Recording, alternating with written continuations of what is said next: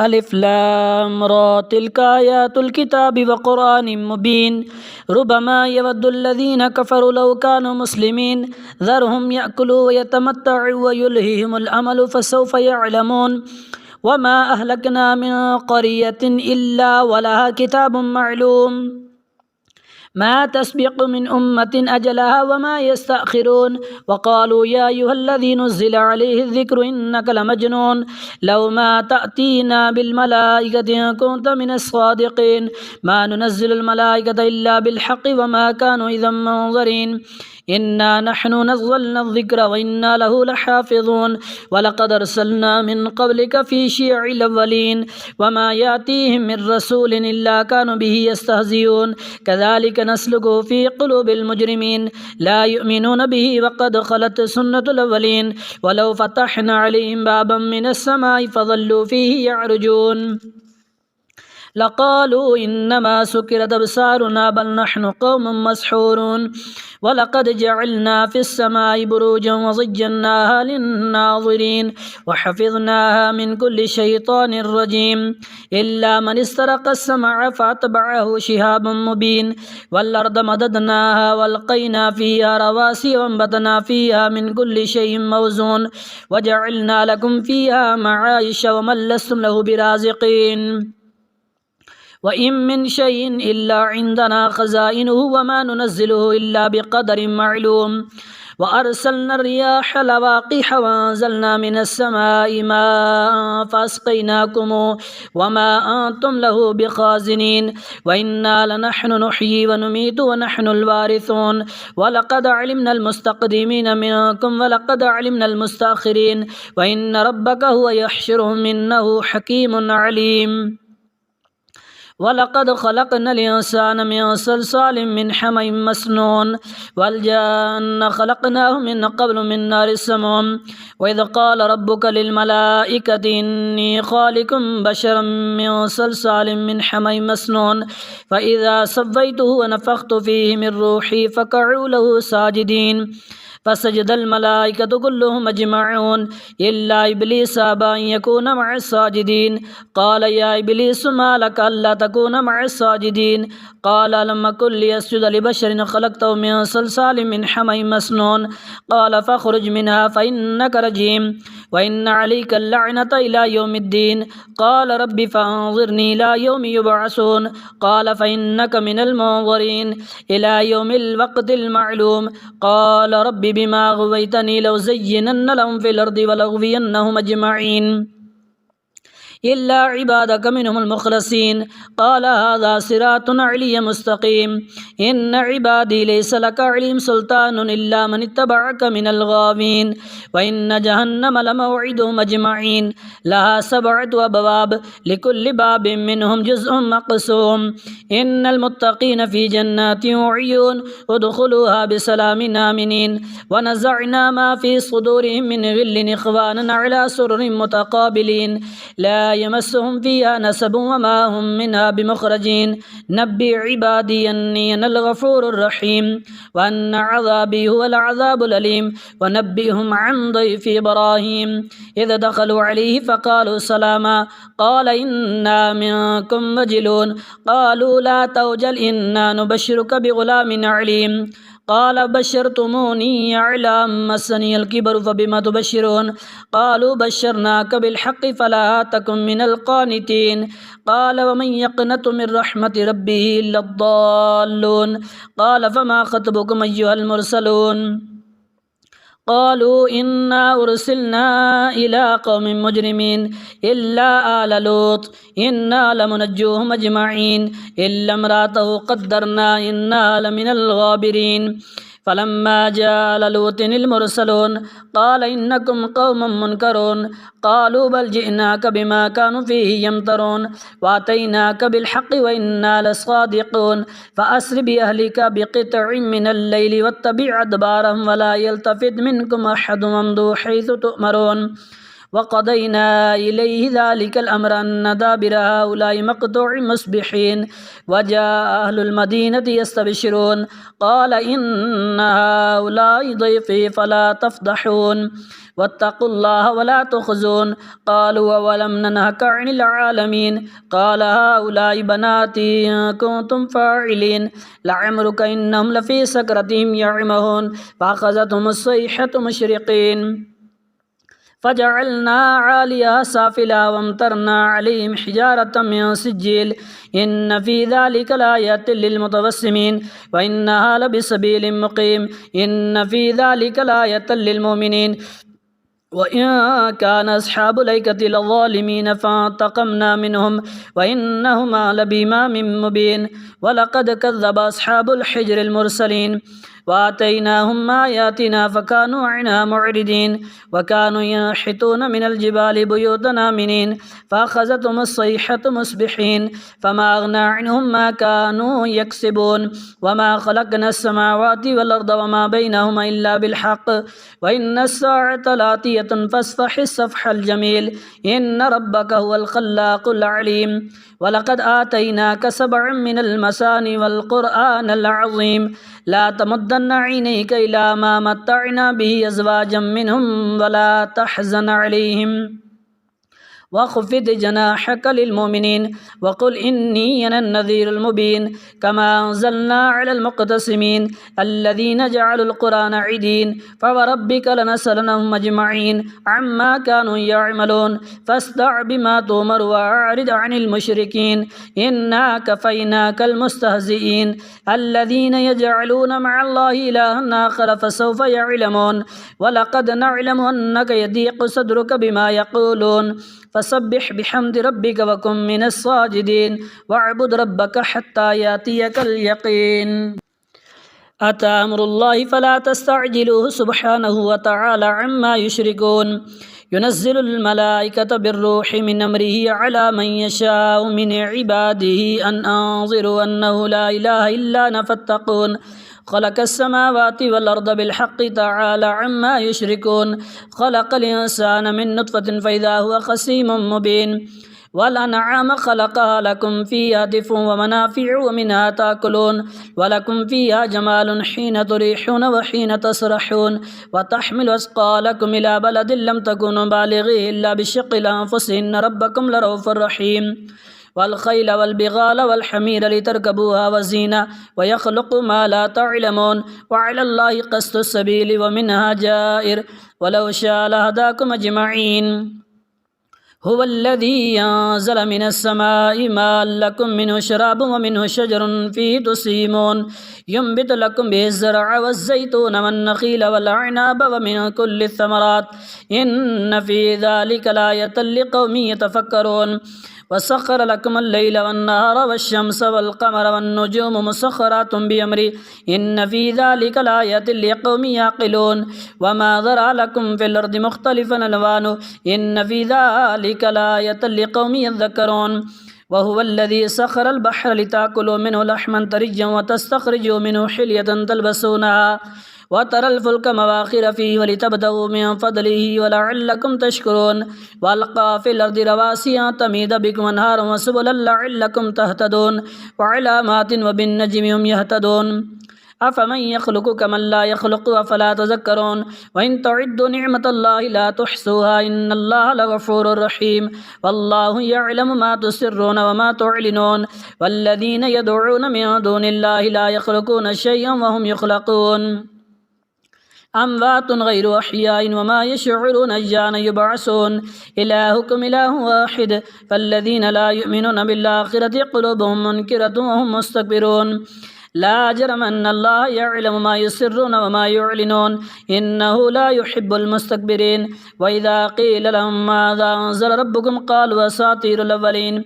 ليحملوا أوزارهم كاملة يوم القيامة ومن أوزار الذين يضلونهم بغير علم ألا ساء ما يزرون قد مكر الذين من قبلهم فأتى الله بنيانهم من القواعد فخر علم السقف من فوقهم وأتاهم العذاب من حيث لا يشعرون ثم يوم القيامة يخزيهم ويقول أين شركائي الذين كنتم تشاقون فيهم وقال الذين أوتوا العلم إن الخزي اليوم والسوء على الكافرين الذين تتوفاهم الملائكة ظالمي أنفسهم فألقوا الصلم ما كنا نعمل من سوء بلى إن الله عليم بما كنتم تعملون فادخلوا أبواب جهنم خالدين فيها فلبئس مثوى المتكبرين وقيل للذين اتقوا ماذا أنزل ربكم قالوا خيرا للذين أحسنوا في هذه الدنيا حسنة ولدار الآخرة خير ولنعم دار المتقين جنات عدن يدخلونها تجري من تحتها الأنهار لهم فيها ما يشاءون كذلك يجزي الله المتقين الذين تتوفاهم الملائكة طيبين يقولون سلام عليكم ادخلوا الجنة بما كنتم تعملون هل ينظرون إلا أن تأتيهم الملائكة ويأتي أمر ربك كذلك فعل الذين من قبلهم وما ظلمهم الله ولكن كانوا أنفسهم يظلمون فأصابهم سيئات ما عملوا وحاق بهم ما كانوا به يستهزئون وقال الذين أشركوا لو شاء الله ما عبدنا من دونه من شيء نحن ولا آباؤنا ولا حرمنا من دونه من شيء كذلك فعل الذين من قبلهم فهل على الرسل إلا البلاغ المبين ولقد بعثنا في كل أمة رسولا أن اعبدوا الله واجتنبوا الطاغوت فمنهم من هدى الله ومنهم من حقت عليه الضلالة فسيروا في الأرض فانظروا كيف كان عاقبة المكذبين إن تحرص على هداهم فإن الله لا يهدي من يضل وما لهم من ناصرين وأقسموا بالله جهد أيمانهم لا يبعث الله من يموت بلى وعدا عليه حقا ولكن أكثر الناس لا يعلمون ليبين لهم الذي يختلفون فيه وليعلم الذين كفروا أنهم كانوا كاذبين إنما قولنا لشيء إذا أردنا أن نقول له كن فيكون والذين هاجروا في الله من بعد ما ظلموا لنبوينهم في الدنيا حسنة ولأجر الآخرة أكبر لو كانوا يعلمون الذين صبروا على ربهم يتوكلون وما أرسلنا من قبلك إلا رجالا نوحي إليهم فاسألوا أهل الذكر إن كنتم لا تعلمون بالبينات والزبر وأنزلنا إليك الذكر لتبين للناس ما نزل إليهم ولعلهم يتفكرون أفمن الذين مكروا السيئات يخسف الله بهم الأرض يأتيهم العذاب من حيث لا يشعرون أو يأخذهم في تقلبهم فما هم بمعجزين أو يأخذهم على تخفف فإن ربكم لرؤوف رحيم أولم يروا إلى ما خلق الله من شيء يتفجر ظلاله عن اليمين والشمائل سجدا لله وهم داخرون ولله يسجد ما في السماوات وما في الأرض من دابة والملائكة وهم لا يستكبرون يخافون ربهم من فوقهم ويفعلون ما يؤمرون وقال الله لا تتخذوا إلهين اثنين إنما هو إله واحد فإياي فارهبون وله ما في السماوات والأرض وله الدين واسبا أفغير الله تتقون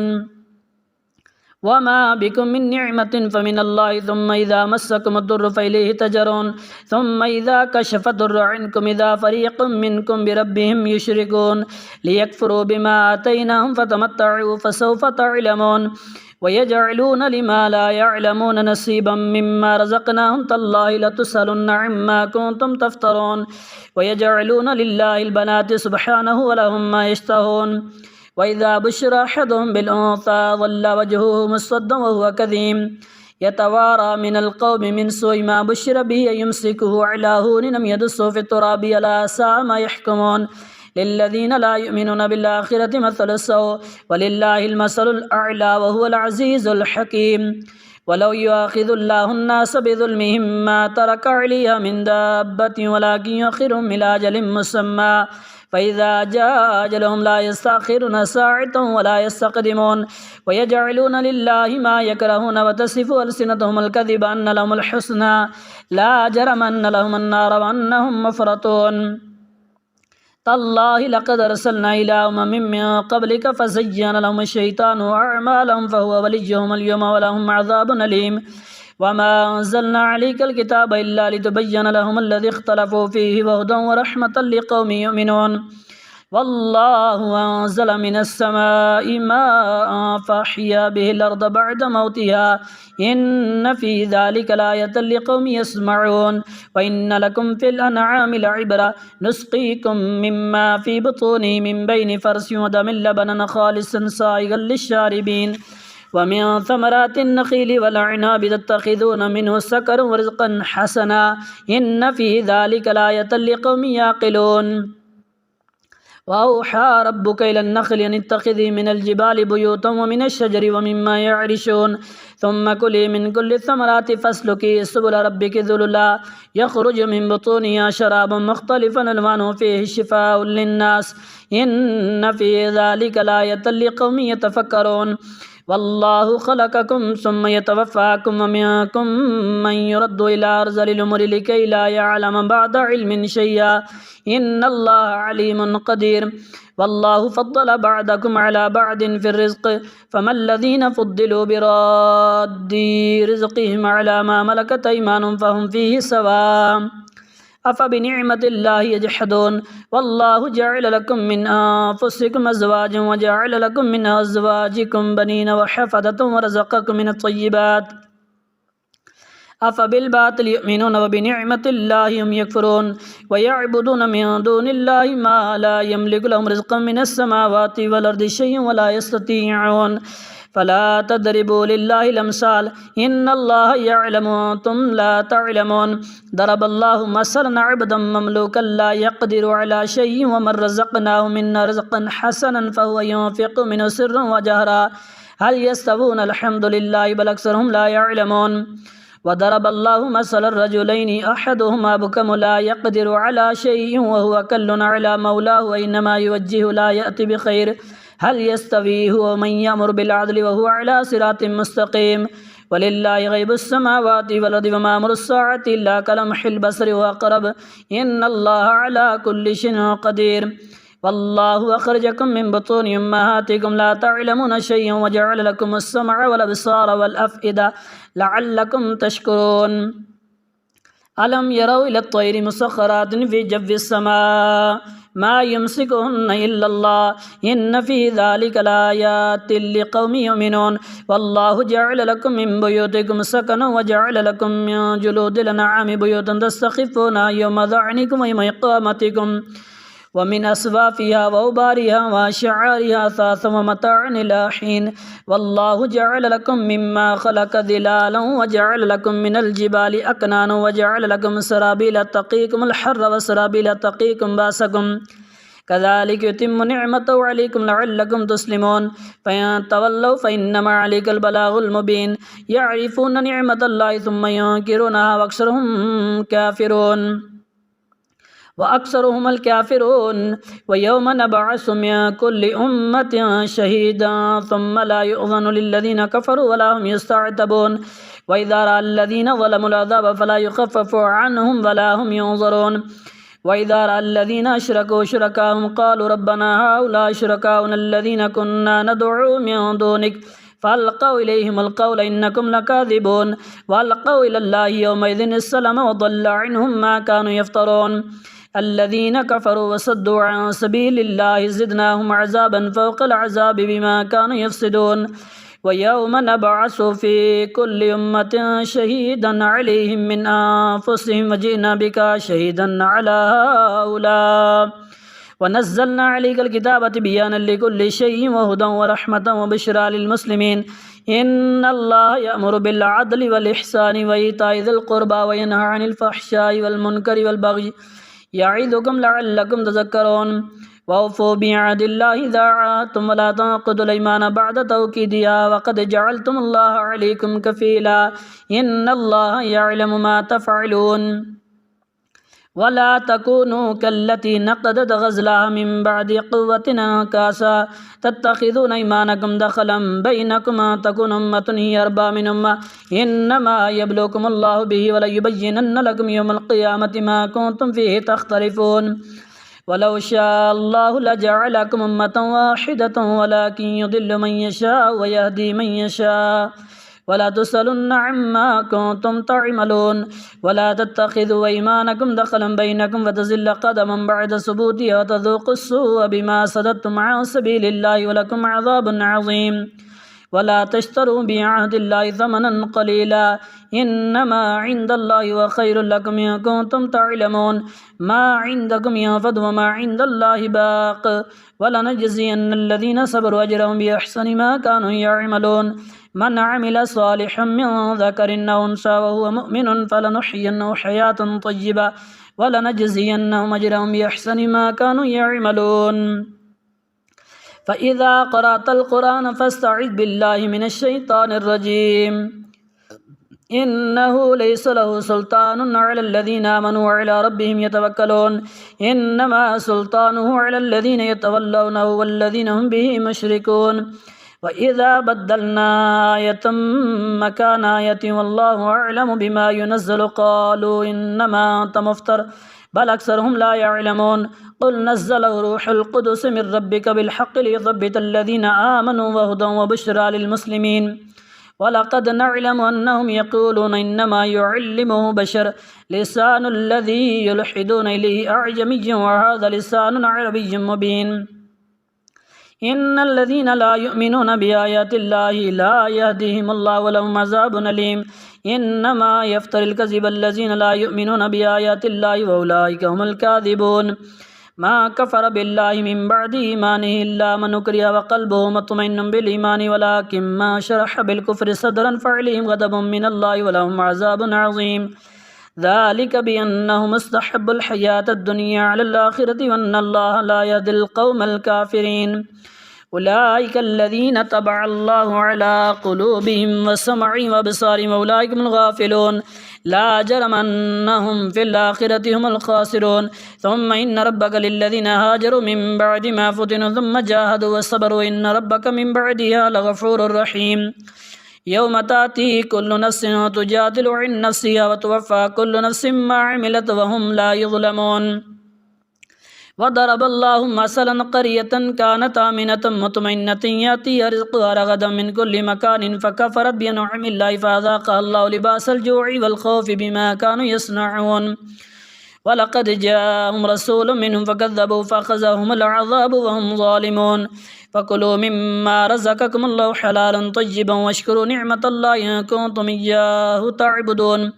إنما حرم عليكم الميتة والدم ولحم الخنزير وما أهل لغير الله به فمن اضطر غير باغ ولا عاد فإن الله غفور رحيم ولا تقولوا لما تصف ألسنتكم الكذب هذا حلال وهذا حرام لتفتروا على الله الكذب إن الذين يفترون على الله الكذب لا يفلحون متاع قليل ولهم عذاب أليم وعلى الذين هادوا حرمنا ما قصصنا عليك من قبل وما ظلمناهم ولكن كانوا أنفسهم يظلمون ثم إن ربك للذين عملوا السوء بجهالة ثم تابوا من بعد ذلك واصلحوا إن ربك من بعدها لغفور رحيم إن إبراهيم كان أمة قانتا لله حنيفا ولم يكن من المشركين شاكرا لأنعمه اجتباه وهداه إلى صراط مستقيم وآتيناه في الدنيا حسنة وإنه في الآخرة لمن الصالحين ثم أوحينا إليك أن اتبع ملة إبراهيم حنيفا وما كان من المشركين إنما جعل السبت على الذين اختلفوا فيه وإن ربك ليحكم بينهم يوم القيامة فيما كانوا فيه يختلفون ادع إلى سبيل ربك بالحكمة والموعظة الحسنة وجادلهم بالتي هي أحسن إن ربك هو أعلم بما ضل عن سبيله وهو أعلم بالمهتدين وإن عاقبتم فعاقبوا بمثل ما عوقبتم به ولئن صبرتم لهو خير للصابرين واصبر وما صبرك إلا بالله ولا تحزن عليهم ولا تك في ضيق مما يمكرون إن الله مع الذين اتقوا والذين هم محسنون